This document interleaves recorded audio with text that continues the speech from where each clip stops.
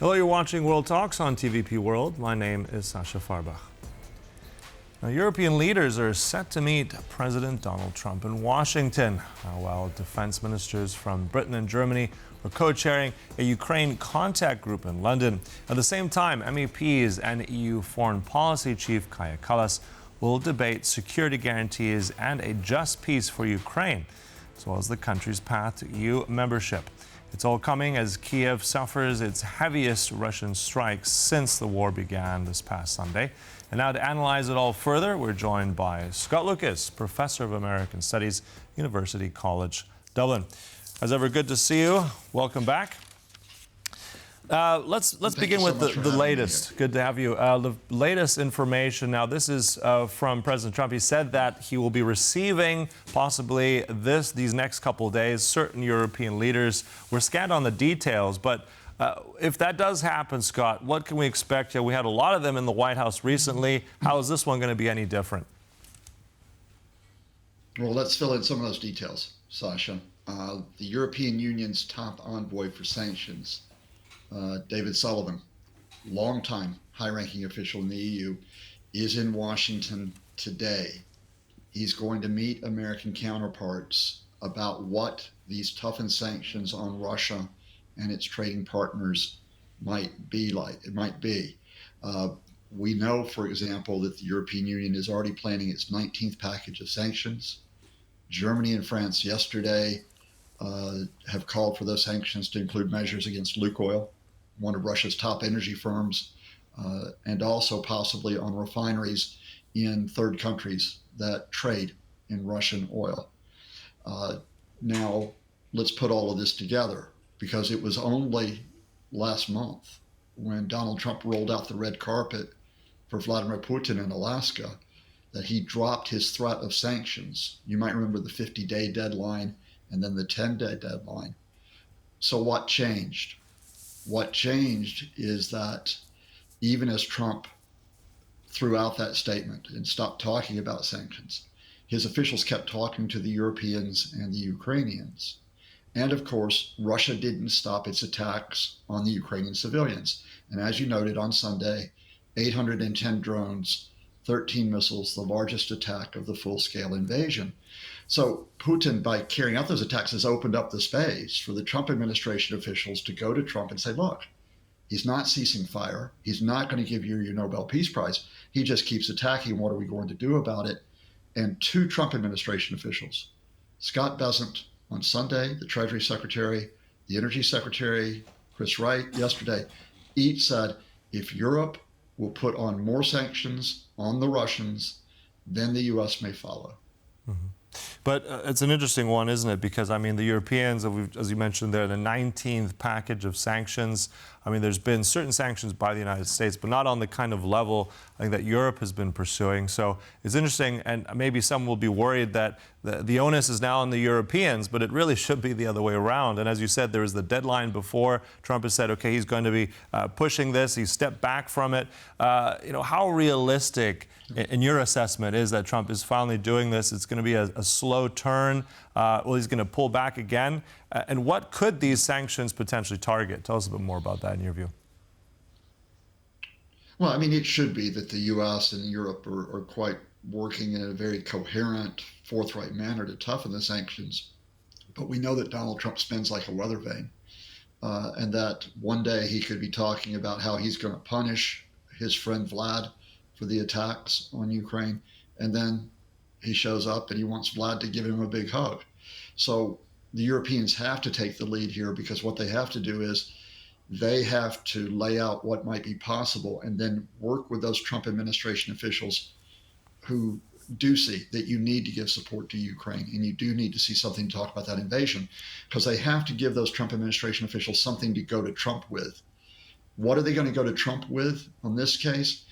It's the oil and gas supplies. Because remember that Trump in his first term really went after Germany over Nord Stream and taking gas from Russia. That was the one thing he focused on.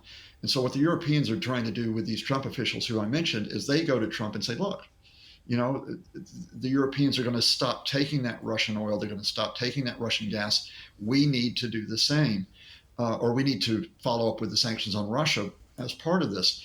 Now, the Trump administration has taken an initial step for a different reason. They've already raised tariffs on India to 50% on the pretext that they are taking Russian oil. What the Europeans are trying to do is to convert that step into something wider by the United States, and not just as a pretext, but as a real focus to put pressure on Putin. Mm-hmm. I'll also switch gears. I mean, one thing also happening today is the Ramstein format. The Ukraine contact group will be meeting in London, being co-chaired by now the British and the Germans. Hegseth apparently will be joining virtually. I mean, this is the 30th time this format is coming together.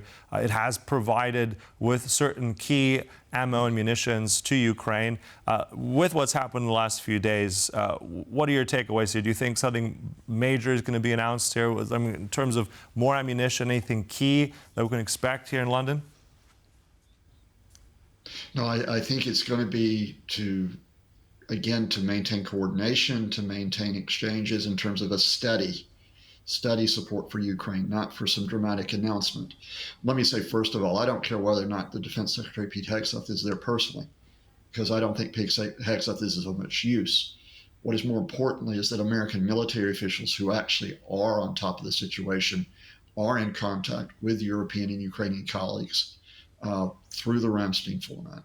And again, to tell you where we were, where we are now, when Pete Hegseth was refusing to go to Ramstein earlier this year, the Trump administration had cut all military assistance to Ukraine and said it was not going to be resumed.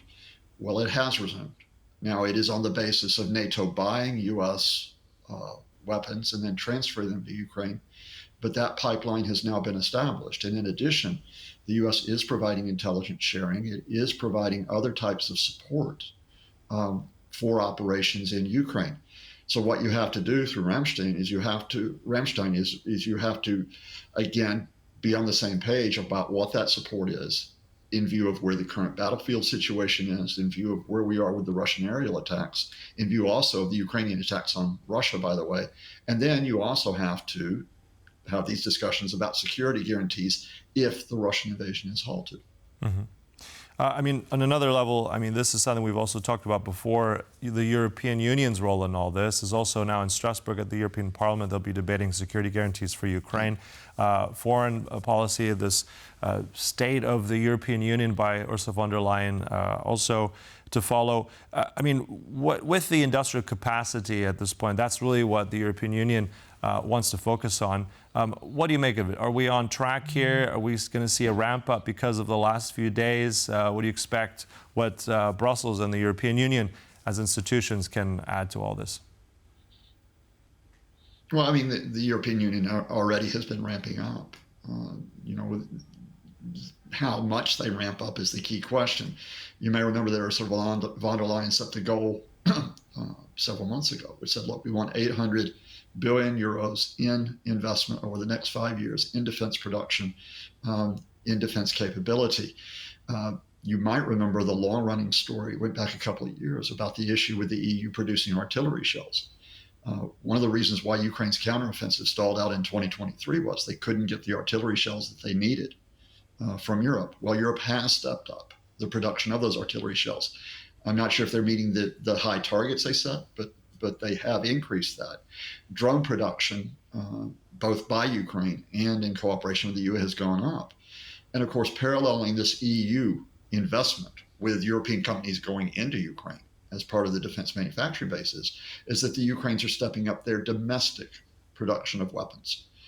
Drones, Ukraine's now one of the leaders in the world in terms of drone developments, and we wait to see whether this big announcement that they've made about having the long-range Flamingo missile, which can strike deep inside Russia, but in the near future it could hit targets like the Kerch Bridge, linking Crimea with Russia. We wait to see if that declaration actually comes real and they have that capability. So it's a combination of the European capabilities and the Ukrainian capabilities, both to hold the Russians back, which they are largely doing, but also increasing Ukraine's capacity for counterattacks.